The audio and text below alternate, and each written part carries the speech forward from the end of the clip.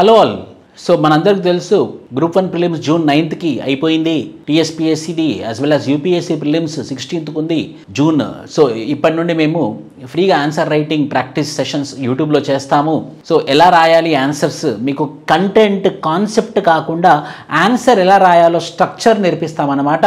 So ఖచ్చితంగా ఈ particular video మీరు చూడడమే కాదు, మీ ఫ్రెండ్స్తో కూడా షేర్ చేసి ఇది మీరు సబ్స్క్రైబ్ చేసుకుంటే మాత్రం మీకు ఎంతో కంటెంట్, ఎంతో యూస్ఫుల్ ఇన్ఫర్మేషన్ కూడా వస్తుంది.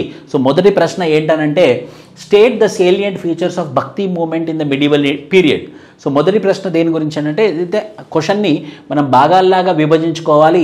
So the first thing is state the salient features of bhakti movement in the medieval period. So దాని అర్థం ఏంటి, భక్తి మూమెంట్ గురించి ప్రశ్న అడుగుతున్నాడు అనమాట. భక్తి మూమెంట్ గురించి ప్రశ్న అడుగుతున్నాడు. సో మొదటి భాగం ఏంటంటే, భక్తి మూమెంట్ అంటే ఏంటో ఇంట్రడక్షన్ మనం ఇవ్వాలి. అందులోనే ఇంకేమంటున్నాడు, salient features. So first part of the answer ఏమో భక్తి మూమెంట్ ఉండాలి, second part of the answer ఏమో salient features of bhakti movement ఉండాలి. మూడో భాగం also discuss its role in the growth of regional languages.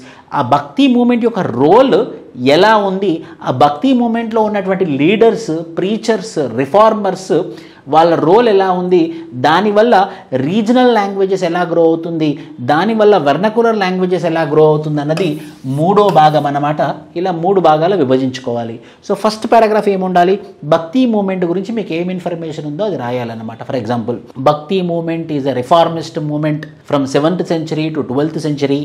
It is divided into nirguna and sarguna movement అని మనము introduction ఇస్తామన్నమాట. Introduction ఇచ్చినాక సేలియంట్ ఫీచర్స్ ఆఫ్ భక్తి మూమెంట్కి కొన్ని పాయింట్ వైజ్ మనం మెన్షన్ చేయాల్సి ఉంటుంది. ఏంటి ఆ పాయింట్ వైజ్, 1, 2, 3, 4 అందులో మెయిన్ సేలియంట్ ప్రొవిజన్స్ని మనం మెన్షన్ చేయాల్సి ఉంటుందన్నమాట. సైడ్ హెడ్డింగ్లో salient features of bhakti movement అలా పాయింట్ వైజ్ మెన్షన్ చేసిన తర్వాత మళ్ళీ కిందికి వచ్చేసరికి ఆ భక్తి మూమెంట్ యొక్క role regional languages development, bhakti movement యొక్క రోల్ వెర్నకులర్ లాంగ్వేజెస్ డెవలప్మెంట్లో మళ్ళీ పాయింట్ వైజ్ మనం మెన్షన్ చేయాలి. ఫర్ ఎగ్జాంపుల్ ఇప్పుడు చూసారనుకోండి మీరు, ఇది approach overview of bhakti movement, salient provisions of bhakti movement, growth of religion and conclusion, ఇలా 4 ఇలా మనం అప్రోచ్ రాసుకోవాలి. అంటే స్టార్టింగ్లో ఉన్నప్పుడు మొదటి భాగమేమో భక్తి గురించి రాయాలి, రెండో భాగమేమో సేలియన్ ఫీచర్స్ గురించి రాయాలి, మూడో భాగమేమో గ్రోత్ ఆఫ్ రిలీజియస్ ఆర్గనైజేషన్స్ గురించి రాసి కంక్లూజన్ మనం మెన్షన్ చేయాలి. ఇది అప్రోచ్. దీన్ని మనం ఇంప్లిమెంట్ చేయాలి. సో ఇంప్లిమెంట్ చేసేటప్పుడు first bhakti movement landmark in the cultural growth of medieval India 7th century to 12th century, saguna and nirguna traditions ఉంటాయి ఇందులో అనేది మనం ఇంట్రడక్షన్లో రాస్తాం భక్తి మూమెంట్ గురించి. మళ్ళీ సేలియన్ ఫీచర్స్ ఆఫ్ భక్తి మూమెంట్లో ఉన్నప్పుడు పాయింట్ వైజ్ మనం గుర్తుంచుకోవాలి. డైవర్స్ బ్యాక్గ్రౌండ్ ఆఫ్ భక్తి మూమెంట్లో ఉన్నటువంటి డైవర్స్ బ్యాక్గ్రౌండ్లో నుంచి భక్తి మూమెంట్లో జాయిన్ అయ్యారు. అలానే పార్టిసిపేషన్ ఆఫ్ ఉమెన్ కూడా ఉంది. ఆ పాయింట్స్ మాత్రమే గుర్తుంచుకోవాలండి, మొత్తం కంటెంట్ కాదు. పార్టిసిపేషన్ ఆఫ్ ఉమెన్ ఉంది. స్ట్రెస్ ఆన్ ఈక్వాలిటీ, వాళ్ళు ఈక్వాలిటీ గురించి వాళ్ళు ఎంఫసైజ్ చేశారు. జెండర్ అండ్ సోషల్ రిఫార్మ్స్ మీద ఎక్కువ ఎంఫసైజ్ చేశారు. Bridging the Gulf between Hindu and Islamic traditions, ఆ మధ్యలో గ్యాప్ ఏదైతే ఉందో ఆ గ్యాప్ని కలపడానికి భక్తి మూమెంట్ బాగా పనిచేసింది. వేరియస్ మీడియమ్స్, అంటే ఏమేం మీడియమ్స్ వాళ్ళు చెప్పారు టు కనెక్ట్ గాడ్. సో దేవుడి దగ్గర మనకి ఒక ప్రాపర్ అనుసంధానం ఉండాలి అని అంటే ఏమేం మాధ్యమాలను, what are the mediums which will be helpful to have a connect with the god అనేది కూడా ఈ భక్తి మూమెంట్లో పొందుపరిచారు. So they also told that complete surrender to god, role of guru అనే అతను చాలా ఇంపార్టెంట్ రోల్ ప్లే చేస్తారని చెప్తారు. And promoted the growth of vernacular, ఇది సైడ్ హెడ్డింగ్, ఇది మూడో భాగం.